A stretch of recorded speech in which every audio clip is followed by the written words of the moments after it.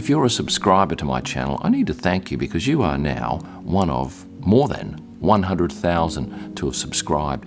And I've got to tell you that when I first started off on this journey with YouTube, I had no idea what it could do. I struggled initially, and I've got to thank my son Tyler, because Tyler pushed me initially. He said, look, you've got to get onto YouTube, you can make some money, you can get a great audience because you've got access to F1, which very few people have, and I had the time to do it. When I first started, I got a program called ScreenFlow, and I thought, oh, I'll just flash photos up on the screen, use the inbuilt webcam, and just do pretty simple videos. So I did the first one, and I went to put it up, and I showed my son, and he said, you're not putting that up. I said, why? That's disgraceful. So anyway, I was disappointed because I'd spent a good number of hours on it, and in the end, he said, right, well, here's what you got to do. You got to get this, you got to get this, and you got to do that. So I did that, and the first video was okay.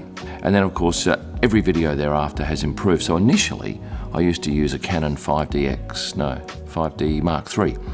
And that doesn't have a flip-out screen. And I'll show you what I'm using today. This is a Canon EOS R, and this is so vital, having that flip-out screen. This is a Rode NTG mic, which gives me great sound. I've got a 16 to 35mm lens on it. And importantly, this focuses on my eye, because when I first started doing those videos in my studio back in Perth, which I purpose-built, often I'd get half an hour through a recording and then go back and have a look. It wasn't focused, or the audio was terrible because you couldn't see the flip-out screen and you couldn't see that it wasn't focusing. So I've overcome those hurdles, which is great. Last year with COVID meant that I had nothing else to do, so I thought, well, that's a good opportunity to focus on the video stuff, and I think I took it from about 20,000 to 82,000 in the year, and already in this first 2 months of this year I've gone from 82,000 to 100,000 today. But in terms of reach, this is the impressive number, and a number of you have asked this. In the last 28 days my videos have been served up to 20.2 million people, and when you have a look at my audience, 83% male, 17% female, and the majority of those people are in the 18 to 24 bracket and the 25 to 34, so it's about the same, 32% in each. That's an age group that F1 has struggled to get engaged. So the top geographies, United Kingdom at the very top at 14.5%, but only marginally in front of the US at 14.3%, India 7.6%, Canada 5%, Netherlands 4.8%, and if you dug deeper, Australia would be just below that. Now I'm interested to see whether, having hit 100k subscribers, YouTube serves up your video to more people. I don't know. I'll be acutely aware of it if it happens shortly. The average view duration is just over 5 minutes per video, and my top 4 videos, strangely enough, all involve women.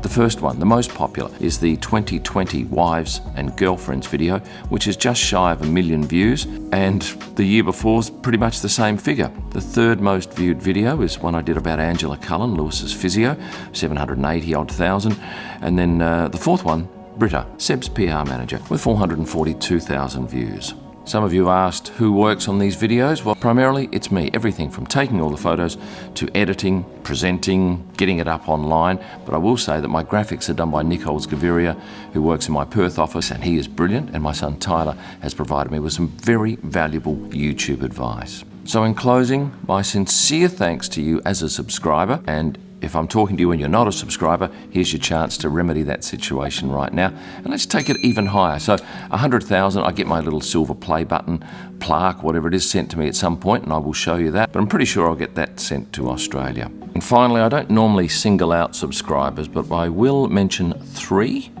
My son Jace, who's been great and supportive of my world travels this year. My general manager at Messages on Hold, Kiralee Davies, she's a business whiz. And my number 1 subscriber and wife, Tonya. Thank you, Tonya, for pushing me to do this in a year that is certainly throwing up plenty of challenges. And with that said, I'll say thank you and stay passionate.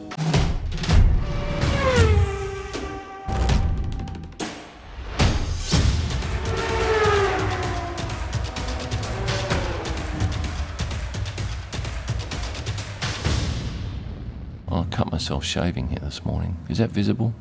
I've tried to disguise it, but who knows?